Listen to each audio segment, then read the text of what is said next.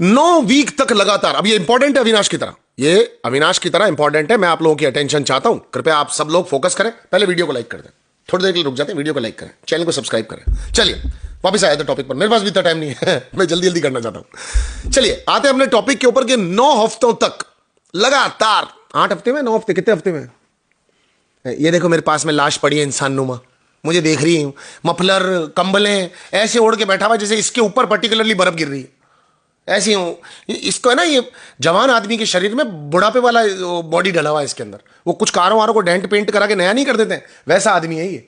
तेरे आईफोन लेकर के किडनी विडनी तो नहीं भेज दी थी घर में किसी ने। चलिए वापस टॉपिक के ऊपर आते हैं। 9 हफ्तों तक लगातार यहां पर 9 वीक्स तक रेगुलरली यहां पर इज्जत मिलना, एप्रिसिएशन मिलना, तारीफ मिलना, 8 वीक 7 वीक जो भी हुए होंगे लगातार, कितने वीक हुए, 8 वीक आई पीछे से आवाज, इसने किसी का कमेंट पढ़ा होगा। 8 वीक तक लगातार विवियन एंड टीम को, यानी विवियन, अविनाश और ईशा को कुछ कहा नहीं गया। बाहर लोग परेशान हो रहे थे। लगान फिल्म में जैसे बारिश के लिए ऊपर देखा जा रहा था, बार बार दोगुना लगान देना पड़ेगा अगर बारिश नहीं आई तो। जिस तरह लोग तकलीफों में थे, दर्द में थे, पीड़ा में थे, बाहर ऑडियंस सोच रही थी कब कब इंसाफ मिलेगा, कब हमें इंसाफ मिलेगा, ऐसी गुहार लगाती हुई पूरी ऑडियंस जब वेट कर रही थी। और लगातार हर वीक तारीख पे तारीख, तारीख पे तारीख, तारीख पे तारीख मिलती जा रही थी, लेकिन बिग बॉस हमें इंसाफ नहीं दे रहे थे। इस बार फराह खान आई। फराह खान जी थैंक यू, है कमेंट वमेंट करके दिल विल बना के, मन्नू थैंक यू। चलिए वापस आते हैं। तो 8 वीक बाद जब फराह खान आई तो फराह खान ने आकर के और सब लोगों को एक क्लैरिटी चेक दिया, सब लोगों को कौन कहां पर किस जगह खड़ा है, कितना स्ट्रांग है, कितना स्ट्रांग नहीं है, आकर के बताया। तो उससे बाबू समीकरण हिल गए, लोग इधर उधर हो गए, लोग भटक गए। और ये सबसे ज्यादा इंपैक्ट होता हुआ आपको कहां पे दिखा, ईशा, अविनाश एंड विवियन के अंदर।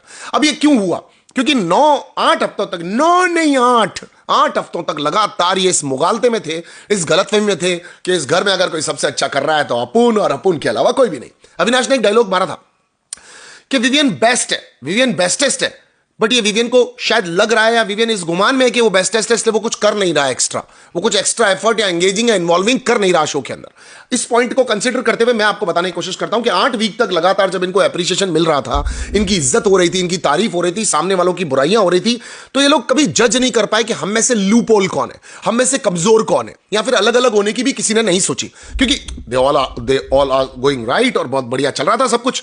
ईशा को पता चला वो चुगलियां करती है, वो गलत काम करती है, क्योंकि वो तो समझ के बैठी थी ये लाडला है, मैं लाडली हूं, और ये हमारे साथ अविनाश है क्योंकि मैं इसके साथ में एक सीन है, हम इस सीन पब्लिक को पता चलने देंगे नहीं। अभी तक उन्होंने नहीं दिया, पर जैसा उसके मन में थॉट्स थे कि मैं बिल्कुल सही जा रही हूं, करणवीर को हम गेट से बाहर निकाल देंगे, ब्ला ब्ला ब्ला ब्ला ब्ला ब्ला, उनके मन की एक दुनिया बनी हुई थी जिस दुनिया में वो परफेक्ट थे।